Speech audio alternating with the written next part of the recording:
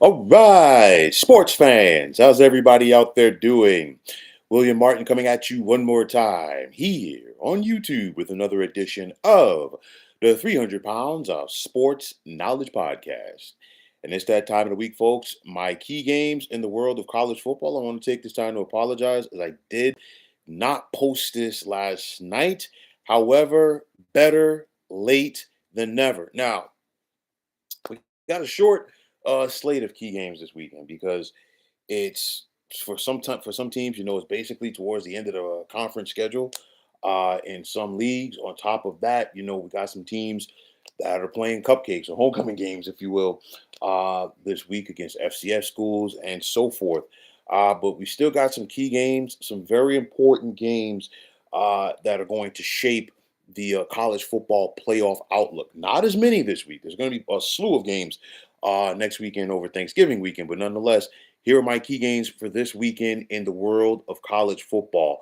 And I want to get things started tonight in the Mountain West as we have 7-3 Hawaii traveling to take on 8-2 UNLV. And both of these teams are 4-2 in the Mountain West. San Diego State is sitting on the top of things with a conference record of 5-1.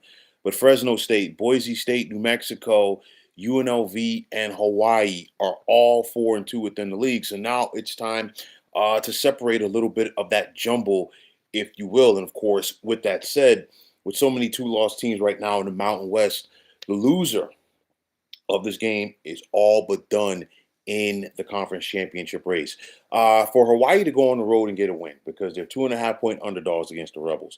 I think quarterback Micah Alejado is going to have a big game, as will wide receiver Jackson Harris, and it's doable. You look at this Hawaii defense, which includes Jackie Johnson on the defensive line. Can they slow down this UNLV offense? And make no mistake about it, this UNLV offense under first-year head coach Dan Mullen has been fun to watch with quarterback Anthony Calandria as well as running back Jaden Thomas and wide receiver Jaden Brantley. This UNLV defense with inside linebacker Marcel McDuffie. And then I like the Rebels secondary because they are very active. We're talking about 12 interceptions so far this season. I think this is going to be a close one back and forth. I think it has the potential to be one of the best games of the weekend, but I'm going to take the Rebels at home 30-27. Now, moving to tomorrow in the Southeastern Conference, we've got 22nd ranked Missouri traveling to Norman to take on 8th ranked Oklahoma. And of course, if you're Oklahoma, you want to keep the momentum going for yourselves after your big upset win last Saturday over Alabama. Basically, the committee has basically put it out there. If the Sooners win out, they're headed to the college football playoff, but they've got to take care of their business against a tough Missouri team, and a tough Missouri team that is getting quarterback Bo Prabula back. So that's something else for the Sooners defense to prepare for. Now, speaking of the Sooners defense, our Mason Thomas, he's been out since the Tennessee game. Will they get him back from that quad injury? We got to wait and see. But nonetheless, you still got Kip Lewis at linebacker for Oklahoma. And this Brent Venables coached up defense is going to be ready to take on a very good Missouri offense. Now, offensively for Oklahoma, which John Mateer are we going to get? That's going to be big. Nonetheless, I think Oklahoma definitely wants to establish their run game at home with the likes of Ahmad Hardy at tailback. The Sooners are favored by 6.5 points in this one. I like them by 10, 30-20.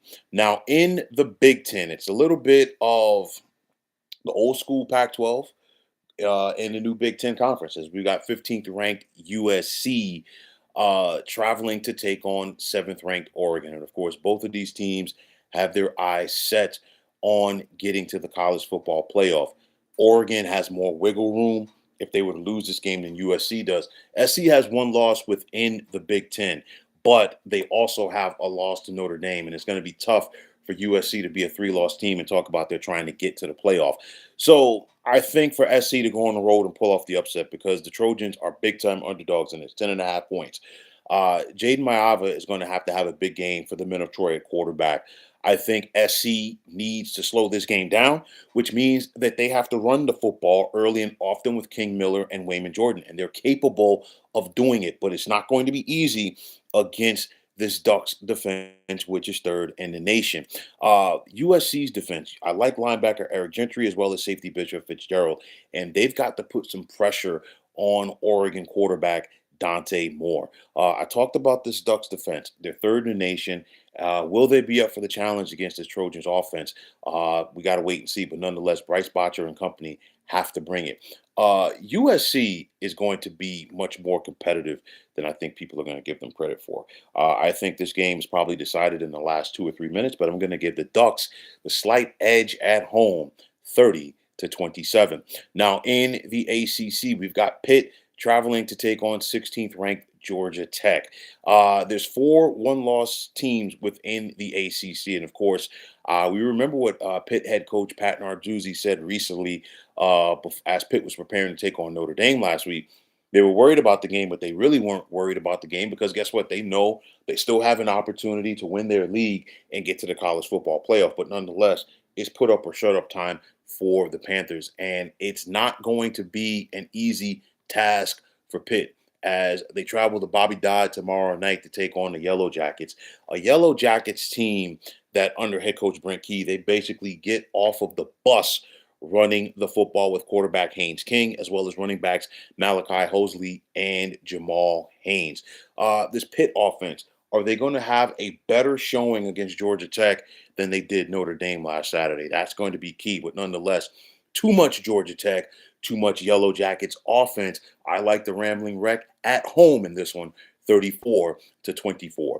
And finally, in the Big 12, like I said, it's a short slew of games this weekend. But nonetheless, we've got 11th ranked BYU traveling to take on Cincinnati. And of course, for the Bearcats, their hopes of getting to the Big 12 championship game are fading. Cincinnati has lost their last two after beginning 5-0 within league play. And you look at the Cougars right now, their only loss so far within Big 12 play or on the season overall came on the road against Texas Tech. And if BYU wins out, they're going to head to Arlington for the Big 12 championship game. I look at BYU.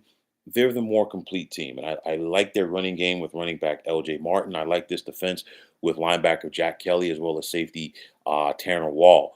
For Cincinnati to pull off the upset at home, they're a slight underdog. Brendan Sorsby is going to have a lights out game at quarterback for the Bearcats. And then linebacker Jake Golday, is he going to step up and make some big impact plays for Cincinnati? But nonetheless, like I said before, BYU is the better team. And because of that, I'm going to take the Cougars on the road, 31-20. So, folks, those are my key games for this weekend in the world of college football. And as always, I want to take this time out to thank each and every one of you for checking out the 300 Pounds of Sports Knowledge podcast here on YouTube. And as always, if you like what you heard and saw on this podcast, you know what to do. Just hit that like button as well as subscribing to this channel. And like I said, normally I put these out on Thursday evening. Unfortunately, that was not the case this week. So you're going to get double duty from me as later on this evening, I will still give you my NFL picks for this weekend. But if you're on the X, formerly known as Twitter, definitely check me out at 300 Pounds of Sports. And like I always say, if you follow me, it will be my pleasure to follow you right back. And the same goes for Instagram, where you can check me out at 300 Pounds of Sports Knowledge. Also, if you are on Facebook, definitely check out the Sports Depot 365. And as far as I'm concerned, one of the better sports groups going on social media. But until next time, fine folks, my name is William Martin, and I'm signing off, and I'm saying thanks once again for checking out the 300 Pounds of Sports Knowledge podcast here on YouTube. Be well, everybody.